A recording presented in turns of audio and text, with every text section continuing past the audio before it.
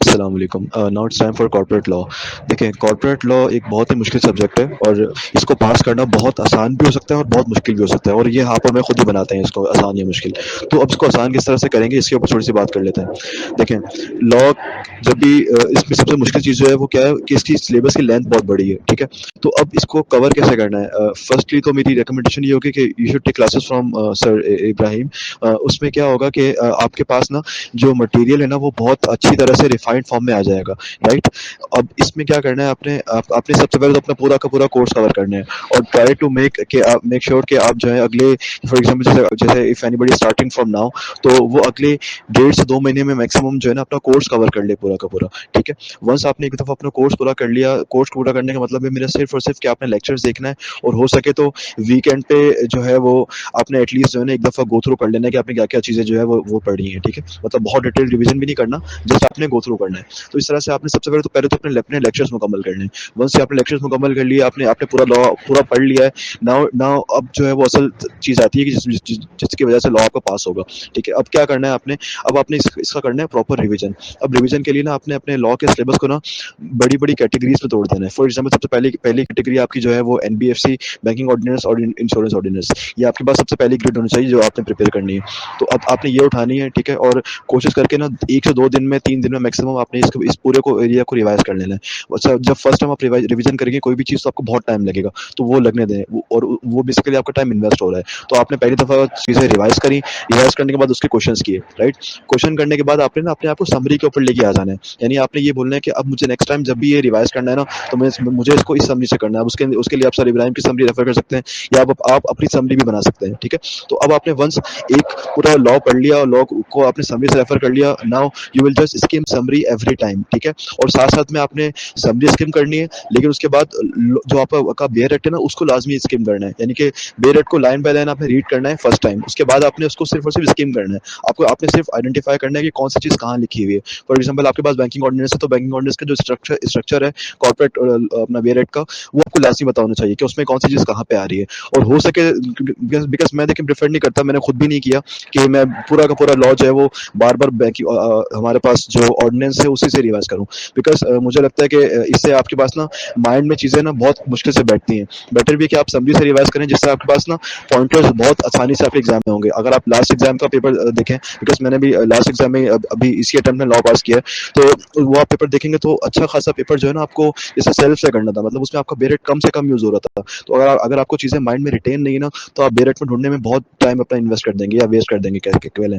तो बेटर भी कि आपने समरी से चीज़ें रिवाइज़ करनी है और बेरेट को स्किम करना, ताकि आपको बस इतना बताओ कि अगर मुझे ये चीज़ लिखने पे अगर मुझे नहीं याद आ रही, तो फिर मैं बेरेट को रेफ़र करूँगा, ठीक है। इस तरह आपने पहली अपनी ग्रिड मुकम्मल करी, फिर आपको दूसरी ग्रिड पे आना है, और वो मेरे हिसाब से होनी चाहिए शेयर्स की ग्रिड, ठीक है।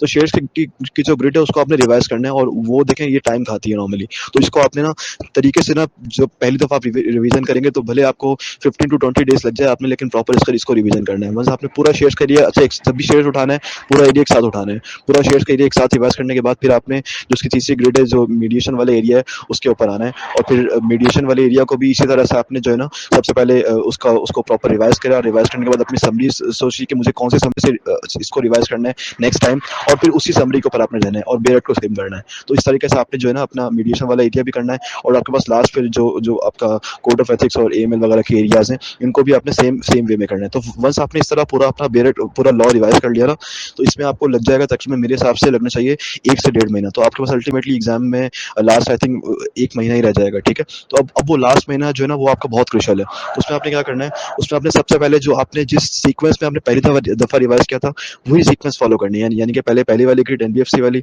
देन आपने शेयर्स वाली grid, and then mediation, and then आपके पास लास्ट वाली ग्रिड, राइट।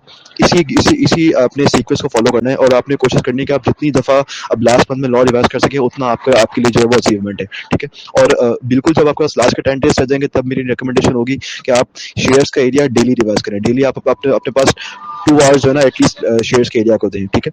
अब 2 आवर्स जब आप डेली शेयर्स के एरिया एरिया को दे रहे होंगे ना, तो आपके रिपीटेडली टॉपिक्स दोबारा रिपीट हो रहे होंगे। फॉर एग्जाम्पल आपने बायबैक से स्टार्ट किया है, तो आप आपके पास जो है वो अगले दूसरे दिन बाद ही बायबैक दोबारा आ जाएगा। तो इस तरह से आपने आखिरी के 10 दिन ना शेयर्स के एरिया को रिपीटेडली जब आप रिवाइज करेंगे ना, तो ये एरिया आपका बहुत स्ट्रांग हो जाएगा। बाकी एरिया ऐसा होता है कि आप एक दफा रिवाइज करेंगे, 3 दिन बाद भी देखेंगे तो याद रहेगा, लेकिन शेयर्स का एरिया आप भूल जाएंगे। तो एटलीस्ट लास्ट के जो 10 to 15 डेज हैं, मेरी रिकमेंडेशन ये होगी, मैंने खुद भी यही किया था कि उसमें मैं शेयर्स का एरिया डेली रिवाइज करता था।